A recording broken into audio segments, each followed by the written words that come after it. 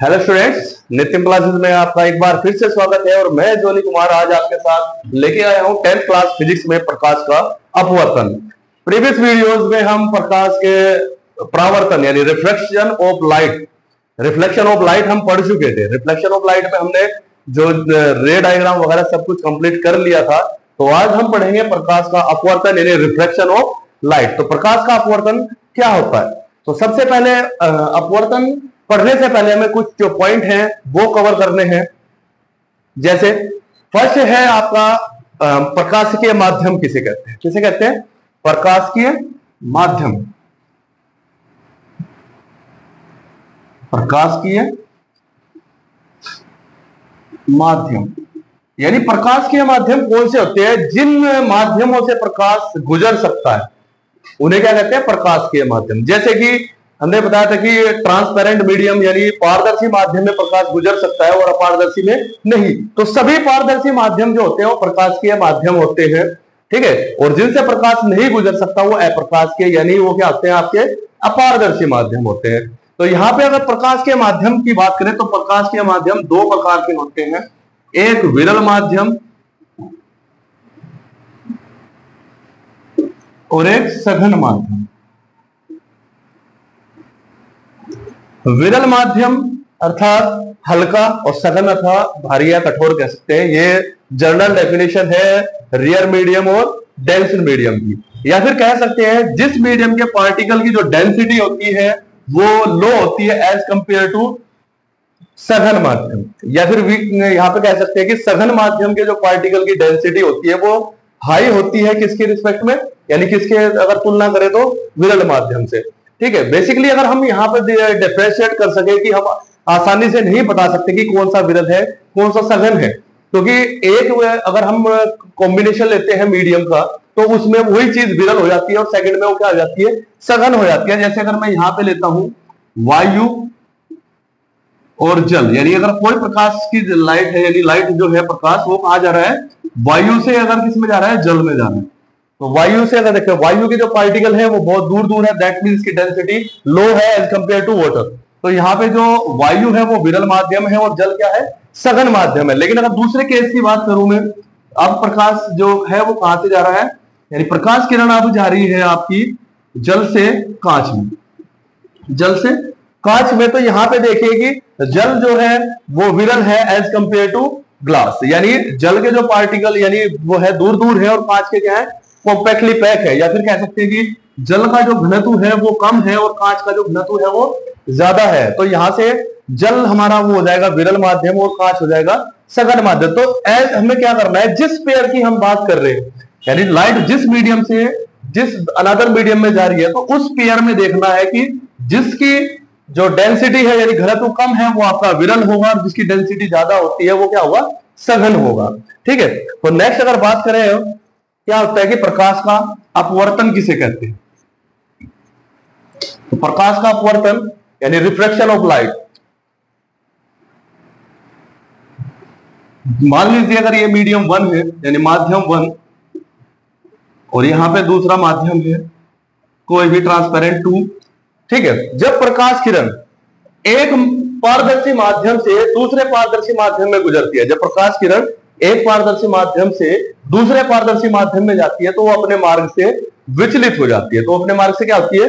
विचलित हो जाती है। और विचलित होने पर उसकी जो चाल है वो भी बदल जाती है और उसकी जो दिशा है यानी वो जिस डायरेक्शन में जा रही है वो भी बदल जाती है। इस घटना को कहते हैं प्रकाश का अपवर्तन, ठीक है। मान लीजिए ये नॉर्मल है और नॉर्मल पे कोई इंसिडेंट रे आपकी है पीओ, ठीक है। कोई ये आपकी आपतित किरण है जो कहां है? मान लीजिए वायु, पहला माध्यम क्या है? वायु है और दूसरा क्या है? कांच। तो वायु से कहां जा रही है? कांच में, यानी विरल माध्यम से सघन माध्यम में जा रही है, ठीक है। तो जैसे कि मैंने बताया कि डेफिनेशन में कि जब एक पारदर्शी माध्यम से दूसरे पारदर्शी माध्यम में जाती है तो वो अपने मार्ग से विचलित हो जाती है। तो अपने मार्ग से क्या होती है? विचलित हो जाती है, यानी उसको जाना था इस डायरेक्शन में लेकिन वो क्या होती है? अपने मार्ग से विचलित हो जाती है, डाइवर्टेड हो जाती है, ठीक है। मान लीजिए इंसिडेंस एंगल आई है, ये हो जाएगा आर। तो अगर बात करें कि रिफ्लेक्शन ऑफ लाइट किसे कहते हैं? When a light travel from one transparent medium to the another transparent medium is diverted from its path and its velocity gets change. ठीक है, उसकी जो वेलोसिटी होती है वो क्या होती है, चेंज हो जाती है। ठीक है, यही रीजन होता है बेसिकली, अगर हम बात करें कि रिफ्रैक्शन का जो रीजन है वो यही है कि पर जो लाइट है हमारी, अलग अलग मीडियम के लिए लाइट की जो स्पीड होती है वो अलग अलग होती है। यानी अगर वायु में स्पीड जो होती है, यानी वायु और अगर निर्वात दोनों में करें तो मैक्सिमम होती है, वो होती है 3 इंटू 10 की पावर 8। अगर कांच की बात करें तो यहाँ पे होती है 2 इंटू 10 की पावर 8। तो यानी इसका मतलब क्या है, क्या कह सकते हैं यहां से कि ये जो फिनोमिना हुआ ये बेसिकली किसकी वजह से हुआ है, स्पीड की वजह से लाइट की। यानी प्रत्येक मीडियम के लिए जो लाइट की स्पीड होती है वो अलग अलग होती है। यानी जल में स्पीड अलग होगी और कांच में क्या होगी, स्पीड अलग अलग होगी। या फिर हम कह सकते हैं कि अगर विरल माध्यम है आपका, उसमें स्पीड ज्यादा होगी, और अगर सघन माध्यम है तो उसमें स्पीड क्या होगी आपकी, कम होगी।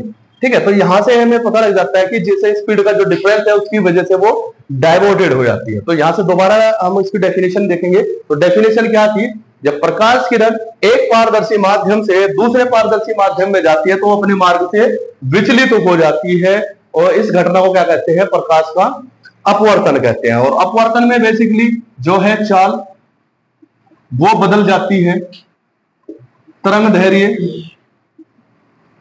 धैर्य भी जो है वो भी बदल जाती है। लेकिन एक चीज जो है वो है प्रकाश की आवर्ती, प्रकाश की आवर्ती नहीं बदलती। यानी अगर इस मीडियम में जो अगर लाइट की आवर्ती है यानी फ्रिक्वेंसी है, वही क्या होगी, दूसरे मीडियम में होगी। लेकिन यहाँ पर स्पीड है वो भी बदल जाती है, और इसकी जो वेवलेंथ है वो भी चेंज हो जाती है। सिर्फ एक जो है वो आपकी फ्रीक्वेंसी है वो चेंज नहीं होती। अब यहां से अगर हमें ये डाइवर्टेड जो लाइन है यानी जो रिफ्लेक्टेड रेज है, अब उसको बताना है कि वो की डायरेक्शन क्या होगी, कैसे डिफाइन करेंगे कि वो इस डायरेक्शन में बैंड होगी या फिर दूर जाएगी। तो यहां से हमें पढ़ना है कि अपवर्तित किरण की डायरेक्शन कैसे निकालते हैं, how to find the direction of reflected ray. ठीक है, तो यहां पे हमारे दो रूल है। फर्स्ट है, अगर हमारी जो लाइट है वो विरल माध्यम से कहा जा रही है सघन माध्यम में, अगर कहा जा रही है विरल माध्यम से सघन माध्यम, यानी जो पहला मीडियम है वो आपका क्या है, विरल है, यानी वन जो मीडियम है वो विरल है, और जो सेकंड मीडियम है वो आपका क्या है, सघन है।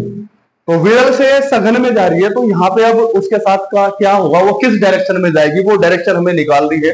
तो जैसे कि हमें पता है कि विरल है, तो मान लीजिए विरल में जो वेलोसिटी है वो v1 है, और सेकंड मीडियम में जो है वो v2 है। और अभी हमने बताया था कि विरल माध्यम में जो प्रकाश की चाल होती है वो सघन से अधिक होती है, यानी v1 क्या होगा, v2 से ज्यादा होगा। तो v1 v2 से ज्यादा है, तो इसी वजह से जो होगा प्रकाश किरण क्या होगी, जैसे ही लाइट इंसिडेंट होगी आई एंगल पे, तो उसको जाना था इस डायरेक्शन, लेकिन वो क्या होगा, वेलोसिटी कम होने की वजह से इस परपेंडिकुलर यानी अभिलंब जो हमारा है एन एन डैश, इसकी ओर बैंड हो जाएगी।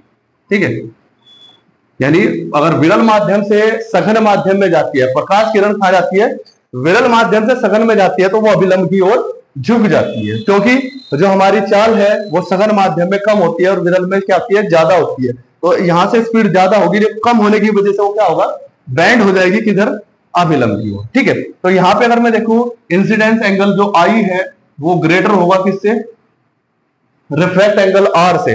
और अब ये जो लाइन का जो डिफरेंस है, यानी हमारी जो मेन लाइन इंसिडेंट रे थी और ये रिफ्लेक्टेड रे, इनके बीच का जो डिफरेंस है इसको बोलते हैं विचलन कोण या फिर डाइवर्टेड एंगल। तो यहाँ पे होगा, इसकी वैल्यू क्या हो जाएगी, अब देखो ये अगर आई है तो ये भी पूरा कितना हो जाएगा, आई है, तो यहां से विचलन कोण का जो मान होगा वो हो जाएगा आई माइनस आर। अब बात करें सेकंड, अगर इसका उल्टा, अगर हमारी अब लाइट रेज कहां जा रही है, सघन माध्यम से विरल माध्यम में जा रही है, तो क्या होगा, सेकंड है, अगर प्रकाश की जो किरण है वो सघन माध्यम यानी आपका ओपेक सॉरी डेंसर मीडियम है, यानी सघन माध्यम से विरल माध्यम रेयर मीडियम, यानी आपकी सघन माध्यम से कहा जा रही है विरल माध्यम में जा रही है, यानी डेंसर से रेयर में जा रही है, तो यहां पे क्या होगा, तो सिमिलरली ये कोई आपकी परिसीमा है दो माध्यमों को अलग करने वाली, और ये आपका क्या है, नॉर्मल है, एन डैश। तो ऐसे ही जब प्रकाश किरण आपतित होगी, अब सघन माध्यम है, पहला जो माध्यम है वो क्या है, सघन है, और दूसरा क्या है, विरल है। ठीक है, अब देखिए यहाँ की जो वेलोसिटी मान लीजिए v1 है और यहाँ पे वेलोसिटी v2 है, तो अब क्या होगा कि v1 क्या होगी, कम होगी v2 से, क्योंकि हमने बताया था कि विरल में प्रकाश की चाल जो है वो अधिक होती है और सघन में जो प्रकाश की चाल होती है वो कम होती है। और जैसे ही प्रकाश किरण यहाँ पे इंसिडेंट होगी आई एंगल पे, तो क्या होगा, तो जाना चाहिए था ऐसे, लेकिन अगर उसकी वेलोसिटी इंक्रीज हो जाएगी तो इंक्रीज होने की वजह से वो क्या करेगी, तो वो क्या करेगी, अभिलंब से दूर हट जाएगी। यानी जैसे ही सघन माध्यम से विरल माध्यम में जाती है तो किरण क्या होती है, अविलंब से दूर हट जाती है, यानी अवे फ्रॉम द नॉर्मल। यानी अगर पहला जो था हमारा विरल से सघन में जा रही थी तो वहां क्या हो रही थी, bend towards the normal, but यहाँ पे क्या है, अगर सघन से विरल में जाएगी तो वो अवे फ्रॉम द नॉर्मल, यानी नॉर्मल से दूर हट जाएगी। अब इस कंडीशन की बात करें तो यहाँ पे रिफ्रैक्ट एंगल होगा आर, तो इस कंडीशन में जो एंगल है यानी रिफ्रैक्ट एंगल वो ग्रेटर है किससे, इंसिडेंट एंगल से। अब यहाँ पर जो हमारा डाइवर्जन एंगल होगा यानी विचलन कोण होगा, तो विचलन कोण किसके बराबर होगा, अब देखिए अगर ये आई है तो यहाँ पे ये भी कितना होगा, आई, तो दैट मीन्स यहाँ पे जो डिफ्लेक्शन एंगल है वो किसके इक्वल हो जाएगा, आर माइनस आई। तो दोनों केस में हमें डिफ्लेक्शन की वैल्यू पहले में मिली है आई माइनस आर, और यहाँ पे मिली है आर माइनस आई। तो इसका मतलब अगर विचलन कोण की अगर हम डेफिनेशन दे तो वो क्या हो जाएगा, तो difference between incident angle and refract angle, incident angle और रिफ्रैक्ट एंगल के बीच का जो अंतर है यानी डिफरेंस है वो क्या कहलाता है, देखो यहाँ पे आई माइनस आर है, यहाँ पे आर माइनस आई है, तो इसका मतलब जो डाइवर्जन एंगल है वो इंसिडेंट एंगल और रिफ्रैक्ट एंगल का क्या होता है, डिफरेंस होता है। तो यहाँ पे हम लिख सकते हैं कि डिफ्लेक्शन जो एंगल है वो विचलन कोण है वो इंसिडेंट एंगल और रिफ्रैक्ट एंगल का क्या है, इनका अंतर है, यानी इनका कितने, इनके बीच का कितना डिफरेंस है वो। अब नेक्स्ट बात करें कि अपवर्तन के नियम, नेक्स्ट है अपवर्तन के नियम, अपवर्तन के नियम। तो यहां पे पहला नियम है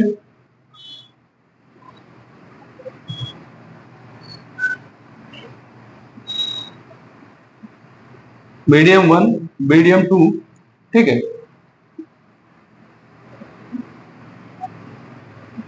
अगर पहला मीडियम मेरा रियर है और दूसरा डेंसर है तो दैट मींस वो क्या होगी, बेंड्स टुवर्ड द नॉर्मल। अब इस कंडीशन की बात करें, ये जो लाइन होगी इसको बोलते हैं इंसिडेंट रे यानी आपतित किरण, आपतित किरण, और ये होती है आपकी अपवर्तित किरण। इस कोण को बोलते हैं आपतन कोण यानी इंसिडेंट एंगल, और ये आपका अपवर्तन कोण यानी रिफ्लेक्ट एंगल, ठीक है। तो अब यहां पे जो पहला नियम है वो क्या है, आपतित किरण, अपवर्तित किरण तथा आपतन बिंदु, जिस बिंदु पर गिरती है इसे बोलते हैं आपतन बिंदु, यानी आपतित किरण जिस बिंदु पर गिरकर क्या होती है, अपवर्तित होती है, उसे बोलते हैं आपतन बिंदु। तो पहला नियम कहता है कि आपतित किरण, अपवर्तित किरण तथा आपतन बिंदु पर अभिलंब, आपतन बिंदु पर अभिलंब तीनों क्या होने चाहिए, एक ही तल में होने चाहिए, यानी आपतित किरण कोमा अपवर्तित किरण तथा आपतन बिंदु पर